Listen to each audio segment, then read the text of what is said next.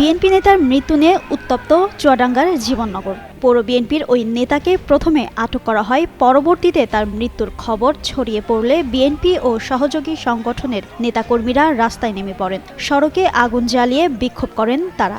এ সময় এ ঘটনার বিচারসহ নানা স্লোগান দিতে দেখা যায় তাদের।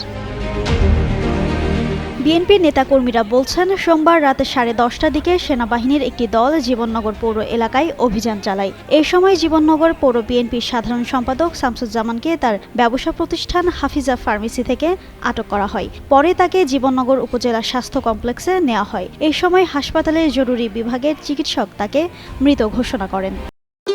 ভবিষ্যৎ হোক নিরাপদ, বিনিয়োগ হোক বিশ্বস্ত, আর আমার পছন্দ সল্ট বে। ওয়েলকাম টু সল্ট বে। চুয়াডাঙ্গা জেলা বিএনপির সভাপতি ও চুয়াডাঙ্গা 2 আসনের বিএনপির প্রার্থী মাহমুদ হাসান খান বলেন, ইতিমধ্যে অ্যাক্টিং জিওসি ব্রিগেডিয়ার ওসমানীর সঙ্গে কথা হয়েছে। তিনি বলেছেন, আইন অনুযায়ী সর্বোচ্চ বিচার করা হবে, আইন অনুযায়ী সব ব্যবস্থা নেবেন। একটু আগে যে কথা দিয়েছি সেই আইন শৃঙ্খলা রক্ষা করে, এবং আমরা ইতিমধ্যেই অ্যাক্টিং জিওসি ব্রিগেডিয়ার ওসমানীর সাথে কথা হয়েছে।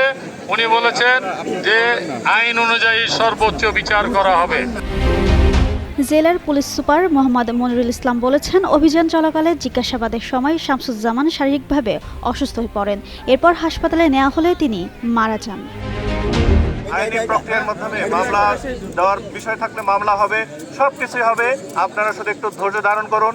আমরা আমাদের বাহিনীর পক্ষ থেকে এবং সরকারের পক্ষ থেকে সর্বোচ্চ যে ব্যবস্থা আছে সেই ব্যবস্থাটা আমরা নিব। তবে জেলা প্রশাসক বলছেন, বিএনপি নেতা শামসুজ্জামান ডাবলু হার্ট অ্যাটাকে মারা গেছেন বলে সেনাবাহিনীর পক্ষ থেকে জানানো হয়েছে। শামসুজ্জামান ডাবলু উনি গত রাতে যে অনাকাঙ্ক্ষিতভাবে মৃত্যুবরণ করেছেন, ইন্না লিল্লাহি ওয়া ইন্না ইলাইহি রাজিউন। আমরা দোয়া করি আল্লাহ যেন ওনাকে বেহেশত নসিব করে। আর ওনার মৃত্যুটা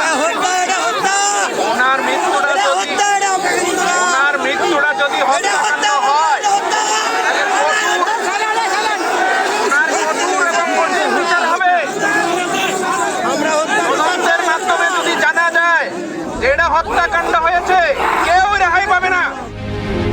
অপরদিকে ঘটনাটি অনাকাঙ্ক্ষিত, দুঃখজনক উল্লেখ করে ফেসবুকে পোস্ট দিয়েছে বাংলাদেশ সেনাবাহিনী।